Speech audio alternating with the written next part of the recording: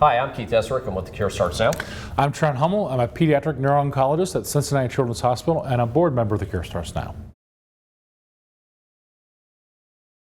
So any of those signs or symptoms would prompt an evaluation, and that evaluation includes a neurological exam by a physician and ultimately an MRI. Sometimes they start with a CAT scan, but an MRI is the definitive way to diagnose, at least on imaging, medulloblastoma. Now you said also a little bit of pressure, and obviously with medulloblastoma that becomes an issue as well, and sometimes more so than we see in some of the other tumors with Right. that. Is it odd to have that pressure really before or even during the diagnosis stage of this? No, it's fairly common to have pressure during the diagnosis of medulloblastoma, and sometimes, so after you get your MRI and you see that tumor, or even a CAT scan and see this tumor, you'll note the radiologist will comment on the amount of pressure that's in there.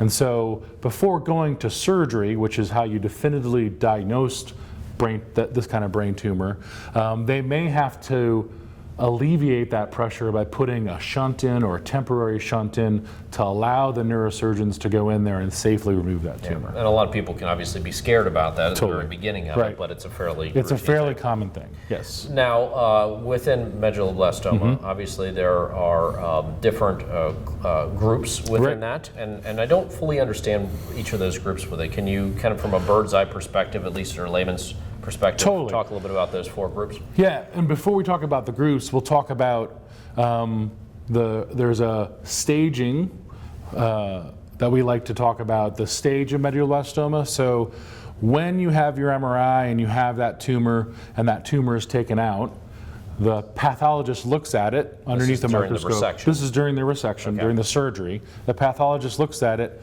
but we also look at, if you only have a brain tumor or a medulloblastoma in your brain, they will also do an MRI of your spine to make sure it hasn't spread.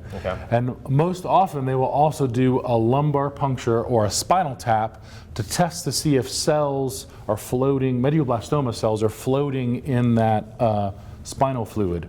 Putting the MRI of the brain after resection, the MRI of the spine, is it clear or not clear, and the lumbar puncture or the spinal tap puts together a stage, and that informs us how to treat along with the groups. And so the groups, like you said, so the groups are setting up our treatment procedures, effectively. The staging and the groups are setting up the treatment procedure. And so the pathologist looks at the medulloblastoma under the microscope, and just to be clear, medulloblastoma is a grade 4. Yes, and because there's different folks out there who will ask, is it a grade 1, 2, 3, or 4, and it's all grade. It's all grade 4. It's malignant, it's a malignant brain tumor. The way you get at the diagnosis of groups is you have to do genetic analysis on the medulloblastoma itself. And there are 4 groups that we know of right now.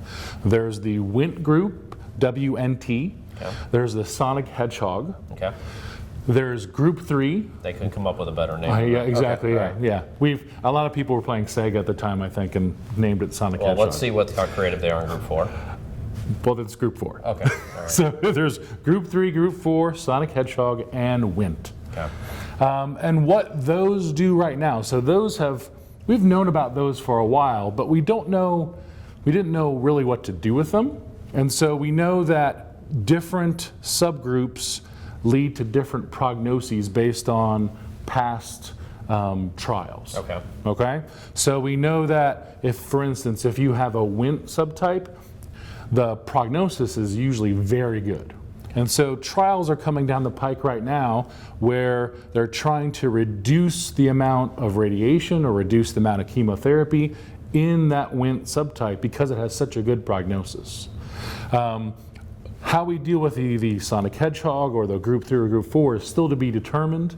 And there will be more information coming out probably in the next year or two about some of the trials in those other subgroups. And as we've seen, that's obviously the advances that we expect to see in medulloblastoma is improving the classification so we can better treat it for the future. Exactly, improving the classification, and also, all right, you have a group 3 tumor.